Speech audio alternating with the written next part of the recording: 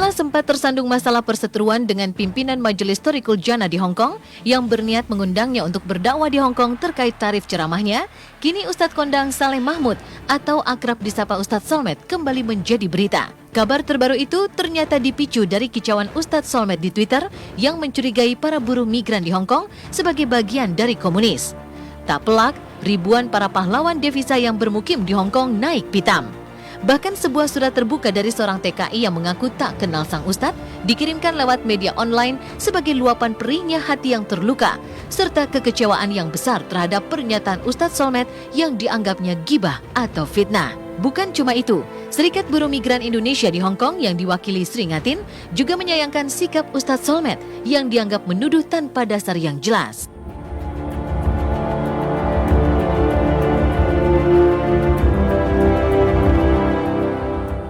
Kalau saya secara pribadi menyayangkan dengan sikap Ustadz Solmed yang terlalu terbuka di media, apalagi kan media sekarang kan banyak diakses oleh banyak orang, baik itu Twitter, Facebook maupun media apapun, dengan menuduh tanpa melihat kondisi objektif yang sebenarnya buruh migran itu seperti apa ya. Seperti yang saya lihat di beberapa komentarnya teman-teman di Facebook itu, buruh migran menjadi marah.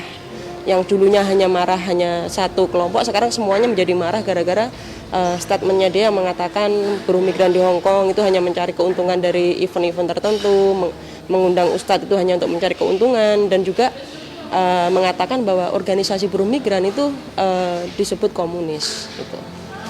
Ini yang membuat kemarahan buruh migran menjadi naik gitu loh. Komersialisasi dakwah di tanah air. Akhirnya, itulah yang kini ditanggapi banyak kalangan sebagai akibat dari kasus awal Ustadz Solmed dan Khalifah. Benarkah beberapa ustadz tertentu bertindak layaknya selebritis hingga setiap kali mereka tampil tak bisa lepas dari serangkaian prosedur manajemen hingga berujung pada tarif dakwah yang melangit? Padahal menurut seorang TKI di Hong Kong, Sri Ngatin mengungkapkan untuk sebuah acara yang mereka gelar, baik itu untuk hiburan atau dakwah, tak ada kata cuma-cuma untuk memakai gedung dan segala perlengkapannya. Dalam hal ini, Ikatan Dai Indonesia juga Komisi Fatwa MUI menyatakan tentang wajarkah bila seorang dai yang notabene membawa syiar agama nyatanya mematok sejumlah dana di setiap dakwah mereka. Kalau saya nggak setuju adanya tarif itu, dan ini menurut agama Islam saya kira tidak bermoral. Ya. Jadi kembali kepada ajaran Rasulullah, ya, contoh kita, uswatun hasanah kita, qudwah kita, Rasul dan para sahabat tidak pernah pasang tarif di dalam menyampaikan dakwahnya. Bahkan kalau perlu, kalau beliau orang kaya, justru dengan wajah itu bi amwalihim wa anfusihim, ya, bi amwalihim wa anfusikum, kan begitu kan. Jadi justru kita berdakwah dengan kekayaan yang kita miliki bukan untuk mengeruk dari masyarakat. Tidak ada seorang pun dai menurut pandangan saya yang tegas mematok harga sekian, kalau mengundang saya harus sekian, tidak ada. Yang terjadi adalah biasanya ada tim manajemen. Manajemen inilah yang kadang-kadang mereka menetapkan harga.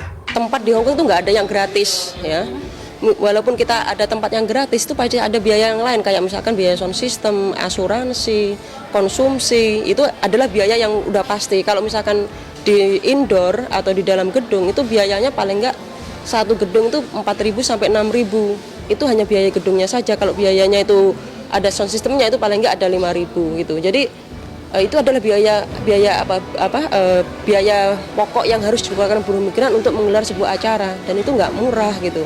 Memang ada beberapa sponsor itu yang menawarkan produk untuk buruh migran, mereka akan membantu. Paling membantunya ya 1.000, 3.000 atau 5.000. Itu paling banyak, dan itu belum tentu mengcover keseluruhan biaya yang dikeluarkan oleh setiap satu kegiatan. Jadi saya pikir sponsor itu bukan saya tidak berani menuduh bahwa buruh migran itu mencari keuntungan, karena mereka secara personal, secara organisasi mereka berniat untuk mengadakan kegiatan ini. Jika ada sisanya biasanya akan mereka sumbangkan ke pondok pesantren, yatim piatu. Maka dari sebuah kasus Ustadz Solmed, banyak hal yang bisa terungkap perihal seluk-beluk dunia dakwah para dai. Dan Ustadz Yusuf Mansur, salah satu dai yang juga punya nama besar seperti halnya Ustadz Solmed, sampai merasa perlu memberikan kesaksiannya betapa dunia yang dijalaninya adalah semata mencari pahala. Saya tidak menganggap kebetulan ceramah itu sebagai job. Kalau saya pribadi ya, saya tidak menganggap ceramah itu sebagai project, sebagai order. Enggak, ceramah itu adalah panggilan hati. Dari hati yang paling dalam kita pengen dakwah, pengen supaya orang berubah. Dan saya dapat kemudian pahalanya.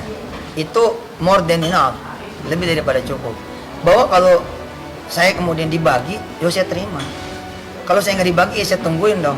Kenapa nggak dibagi? Salah. Tak hanya Ustadz Solmed yang kini sedang diterpa kasus tentang tarif dakwah yang notabene berkaitan dengan masalah uang dalam hal ini. Ustadz Yusuf Mansur juga pernah mengalami masalah yang berkaitan dengan uang, di mana ia bisa mendulang pundi-pundi dari kegiatan dakwahnya. Tertangkapnya Ustadz Yusuf Mansur oleh pihak imigrasi lantaran membawa uang tunai miliaran rupiah ke luar negeri tanpa izin beberapa waktu lalu, sempat membuat Ustadz Yusuf Mansur pun harus berhadapan dengan instansi pemerintah bernama Otoritas Jasa Keuangan yang mengurusi aturan tentang membawa uang keluar Indonesia lebih dari 100 juta rupiah itu. Namun Ustadz Yusuf Mansur menegaskan bahwa dalam kasus yang sempat dialaminya beberapa waktu lalu tidak membuat berkurangnya panggilan untuk berdakwah dimanapun, karena baginya hal ini tak berdampak pada image dirinya. Gini, saya malah merasa tidak ada yang mencoreng. Tidak ada yang mencoreng nama saya. Semua kan sayang sama saya. Pengennya saya benar, pengennya saya betul secara hukum, secara administrasi, profesional. Jadi saya malah berterima kasih. Saya malah nggak ada sebel-sebelnya. Kalau buat saya menyeluruh. Yang namanya agama itu ya di pasar. Not only in masjid, di pasar. Kalau lu di masjid soleh, tiba-tiba di pasar lu malah jadi penipu, timbangannya dikurangin, barang di hold, nunggu nanti naik. Nanti itulah gara-gara agama misah dengan perdagangan. Melihat dari masalah yang sedang dan sempat dialami oleh Ustadz Solmed, juga Ustadz Yusuf Mansur, membuat keduanya sempat dijuluki dua Ustadz sensasional yang juga sama-sama notabene terkait masalah uang. Namun sejatinya, Ustadz juga seorang manusia, terkadang khilaf dan mungkin juga lupa. Dalam hal ini, tidak ada maksud untuk mengambil keuntungan atau menjadikan dakwah sebagai dunia bisnis, bahkan industri. Ya, saya bilang persatuan itu lebih diutamakan. Stop. Berilah kearifan kepada ustadz dan ustazah yang diomongnya. Berilah juga kearifan kepada teman-teman di Hong Kong yang juga diomongnya. Semua pasti punya maksud baik.